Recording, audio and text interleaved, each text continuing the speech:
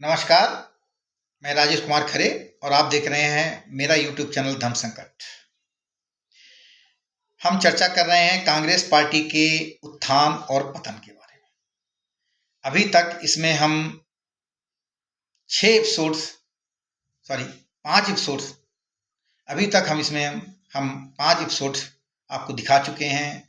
पहला है पंडित जवाहरलाल नेहरू का, दूसरा है श्री लाल बहादुर शास्त्री जी का, तीसरा है श्रीमती इंदिरा गांधी जी का, चौथा है श्री राजीव गांधी जी का, पांचवा है श्री पीवी नरसिम्हा राव जी का। इन सब की जो अच्छाइयाँ हैं वो हमने ज़्यादा नहीं बताई हैं, पर गलतियां हमने जरूर बताई हैं। गलतियां हमने इसलिए बताई हैं क्योंकि हम जो चर्चा कर रहे हैं वो कांग्रेस के पतन की चर्चा कर रहे हैं कि पतन क्यों हो गया। अच्छाइयाँ बहुत सारी हैं, ऐसा नहीं है कोई भी प्रधानमंत्री बना है तो ऐसा नहीं है कि उसने काम देश के लिए नहीं किया है।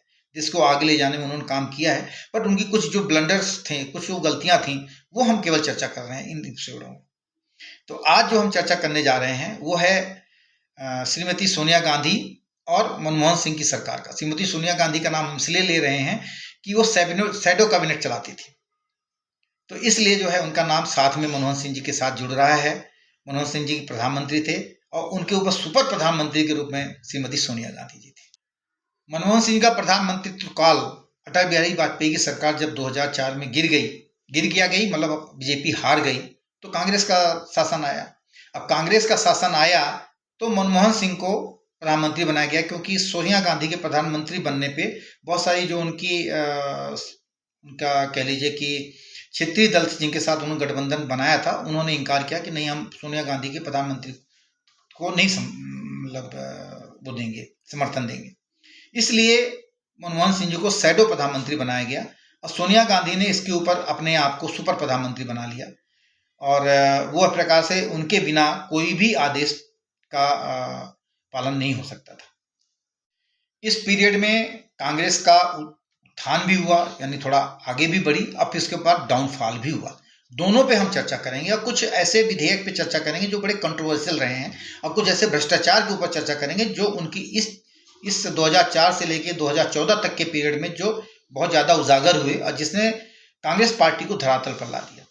प्रमुख विवादित जो विधेयक 2004 से 2014 के बीच में जिसका बहुत ज़्यादा ही कह लीजिए कि विरोध हुआ, वो थे वक्फ बोर्ड में संशोधन। कांग्रेस पार्टी ने वक्फ बोर्ड में संशोधन करके वक्फ बोर्ड को असीमित अधिकार दे दिए और हिंदुओं के अधिकारों को बहुत सीमित कर दिया। यह उनके वोट बैंक में बहुत बड़ी सेंधमारी थी, इससे हुई। दूसरा है सांप्रदायिक हिंसा विधेयक, जो कि 2013 में लाए बट पास नहीं हो पाया। यह विधेयक विशेष रूप से बहुसंख्यक समाज को निशाना बनाने के लिए था और इसमें हिंदू समाज के साथ भेदभावपूर्ण रवैया अपनाया गया था इस विधेयक में, इसीलिए यह विधेयक को पास नहीं होने दिया गया। सारी पार्टियां इसके विरुद्ध हो गई थी। तीसरा है मनमोहन सिंह का बयान। 2013 में मनमोहन सिंह ने एक बयान दिया पूरे देश के सामने कि पूरे देश की प्रॉपर्टी पर पहला हक मुस्लिमों का है। इसने जो है हिंदुओं के मन में कांग्रेस पार्टी के प्रति छवि बहुत खराब कर दी और बीजेपी को बहुत ज़्यादा इससे फायदा मिला। इसी कारण 2014 में प्रधानमंत्री श्री नरेंद्र मोदी जी के नेतृत्व के क्षमता के कारण बीजेपी को पूर्ण बहुमत प्राप्त हुआ। अब चलिए कुछ प्रमुख घोटालों के बारे में बात कर लेते हैं। इस शासनकाल में 2004 से 2014 के बीच में कई स्कैम हुए और बहुत बड़े बड़े स्कैम हुए, जैसे कि 2G स्कैम। ये सबसे बड़ा स्कैंडल था 2G स्कैम का। कहते हैं कि 1,86,000 करोड़ रुपए का स्कैम था। दूसरा स्कैम था कॉमनवेल्थ गेम्स घोटाला। इससे अंतर्राष्ट्रीय लेवल पर भारत की छवि को बहुत नुकसान पहुंचा और देश में तो कांग्रेस पार्टी की बदनामी हुई ही, जिससे इनका वोट बैंक खिसका। तीसरा घोटाला था अगस्ता वेस्टलैंड घोटाला, हेलीकॉप्टर घोटाला, जिसमें 3600 करोड़ रुपए का भ्रष्टाचार का इनके ऊपर आरोप लगा। इस कारण भी इनकी कांग्रेस पार्टी की छवि यहाँ बहुत खराब हुई। इन सब घोटालों के कारण और कांग्रेस पार्टी की गिरते वोट बैंक के कारण कई क्षेत्रीय पार्टियों का उदय हुआ जैसे टीएमसी, तृणमूल कांग्रेस, जो आजकल वेस्ट बंगाल में राज कर रही है। देन आम आदमी पार्टी, अन्ना हजारे के द्वारा कांग्रेस शासनकाल में अन्ना हजारे का जो अनशन शुरू हुआ था, उसमें आम आदमी पार्टी का उदय हुआ, आम आदमी पार्टी बनी और 2013 से लगातार शासन में है। देन ऑल इंडिया अन्ना द्रमुक, वो भी प्रमुख रूप से ऊपर उठी और इन्होंने कांग्रेस के वोट बैंक को छीन लिया। दोस्तों, ये तथ्य जो है हमने काफ़ी छानबीन करके लाए हैं और काफ़ी मेहनत की है। आशा है आपको पसंद भी आ रहा है।